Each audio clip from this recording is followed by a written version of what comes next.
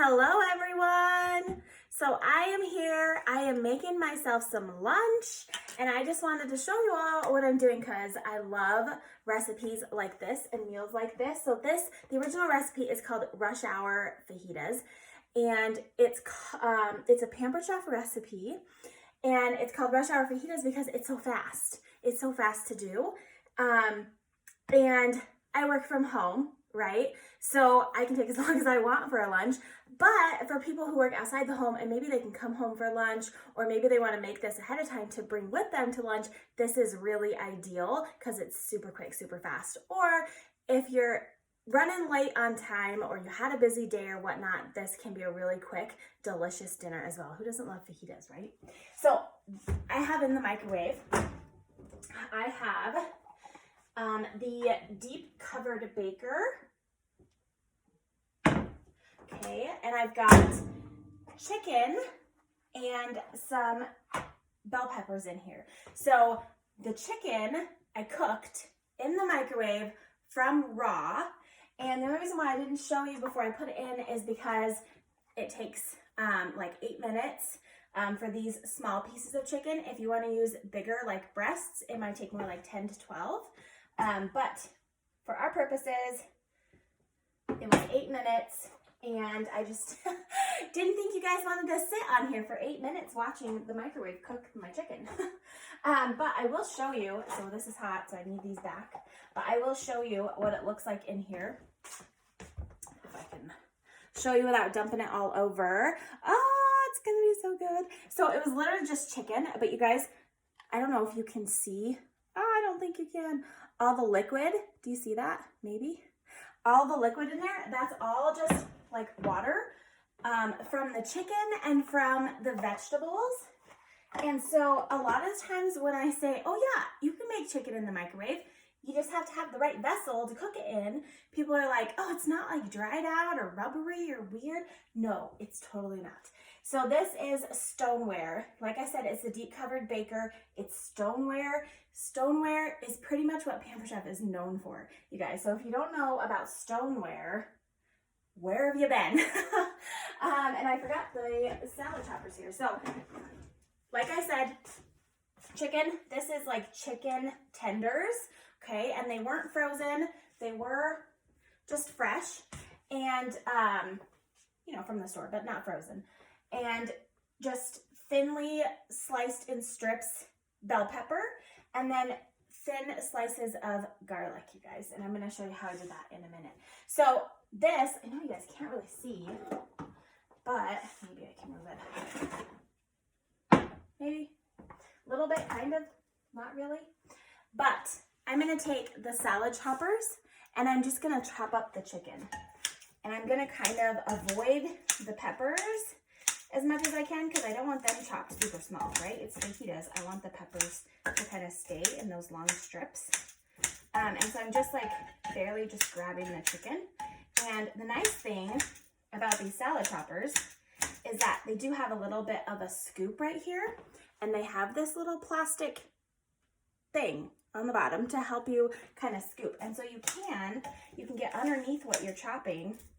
And so trying to avoid the peppers is actually pretty easy, even though the peppers are right underneath this chicken. And so right now, in like 2 seconds,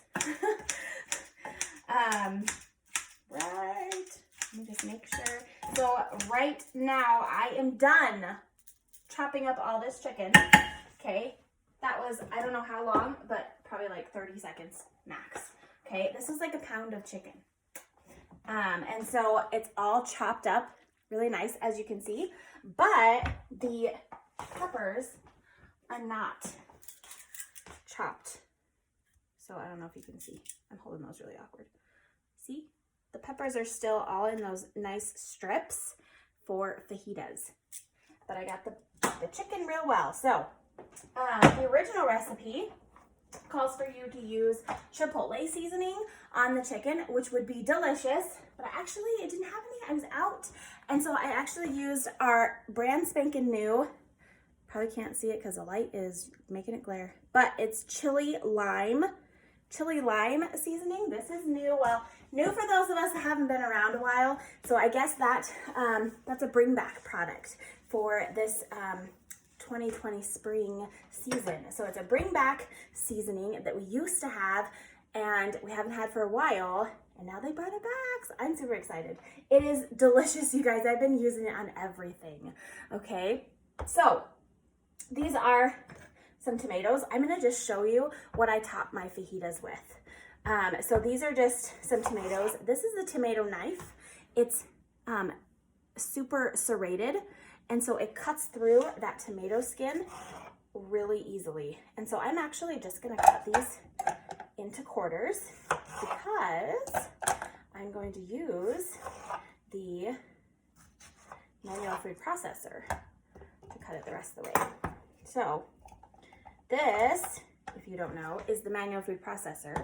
It's got a blade in here. The blade is removable. And so you put whatever you want in here, and then you put the lid on and you unlock it to let the handle come up. So that makes it really low for storage. And then until it locks, it locks closed so you can store it. And then you just, and I didn't get it in the post. Get it in the post. And so I'm basically just making kind of similar to a salsa or a pico. And I just want to get these a little bit chopped before I add the rest of my ingredients here. Okay, that's probably good. Okay, so now this is the garlic slicer and peeler. So this is the slicer, this is the peeler, and I'll show you really quick. You just stick the garlic in the peeler, and then you just put it on the counter and you just roll it and it peels it just like that. Bam, no peel, no peel. And so I'll show you how amazing this slicer works right in here. So as you can see, it has this little divider, so you can put more than one clove in here at a time, but today I'm just gonna do one because I want to show you the press too. I am kind of a garlic fanatic, you guys, so hopefully you can see that.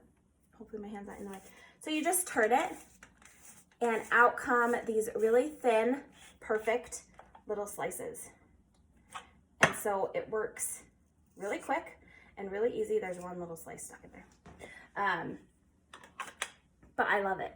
So that's the slicer and the peeler. You can buy them separate now. They used to only come in a set, but now you can buy them separately, which makes it really nice, especially if you do like a lot of soups or stews and maybe you just want to smash the garlic and you don't necessarily want to slice it or press it, but you just want to maybe smash it to release the flavor and put it in a soup.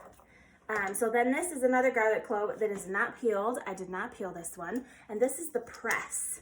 Okay, this is the press. So I'm just gonna stick this unpeeled clove in here, and I'm just going to press it, and just like that.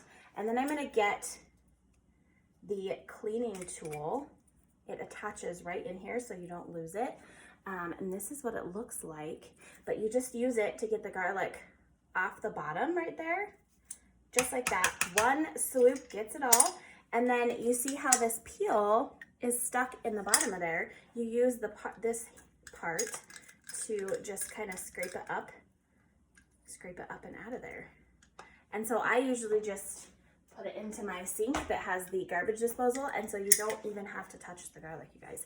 And then the other use for this this has 3 uses. This little brush part, all the little tongs fit perfectly in with the holes on the bottom of the press. So when you're cleaning it, you can press that in to get all the garlic out of there so you're not stuck on garlic in there. So I put 2 cloves of garlic in here. Usually I just use the press for this, but I wanted to show you the slicer too. So I love garlic, you guys. Fresh garlic is where it's at. I'm telling you. You have to use fresh garlic. Those containers of already pre-chopped garlic, you guys, there's hardly any flavor in those. Okay, so now this is a lime, this is citrus press. So if you're trying to use this, a lot of the times people will think that it goes in this way, right? With the flesh side up, because this part will press it, but you actually want it the other way because the holes where the juice is going to come out is right here. So I actually did it backwards the first time I ever used it, and juice was like coming like down the handle and it was going all over my hand, and I was like, what's going on? It's not working right. And so you just press just like that. And then you guys, do you see that? Look at this. Like, it's all, like all the juice is out. Like, I swear, you cannot get all of that juice out by hand. You just can't. So usually I put fresh basil in here and it's delicious, but the grocery store was out of basil, you guys. I am really upset about that. And so I thought, well, I'll just use dried basil then, fine. And I got home and I started pulling stuff out for my lunch. And I was out of just basil, dried basil. I'm like, ah. So I'm actually using Pamper Chef's Sweet Basil Rub. And again, the light is glaring. But I love this seasoning, but I've never used it in this before. So we'll just see how it goes. I'm like, whatever. It'll add some seasoning. It'll be okay. I know that I like the seasoning, and so I'm not super worried about it. And then I put a little bit of salt. And then a little bit of, I usually put a little bit of pepper, but this is not opened. Let me see if I can just quickly, oh yeah. Okay, we're good. We're good. Maybe. Oh my gosh. It's like crazy. I don't usually use it in this container. I have a pepper shaker that I put it in. Okay, not very much. All right. Perfect. So that's it. That's all I do for my thing. And then I'm just going to whir it up some more. There's some pepper stuck in the little thing, but that's okay. But I won't bother to show you that because I already showed you that. But we are going to, I'm going to just flip this over so that my cheese doesn't end up wet. I forgot to pull the cheese out. So I'm going to grate some cheese on my fajitas, and I'll just kind of show you how I put it together. And I don't need a lot because it's just me. And let me just talk about this cheese grater for just a minute here. This is the coarse grater, and we do have a fine one as well. It's in my dishwasher. But the thing I love most about these is the handle and all the different options. So you can lay it flat so it's like over a bowl and grate that way, or you can do it how I just had it, which is how I usually have it. That's just my favorite way. And then you can also then put it flat like this, and then it comes with a cover. So you just slide this out. I'm not going to do it because it's dirty now and the cover's clean.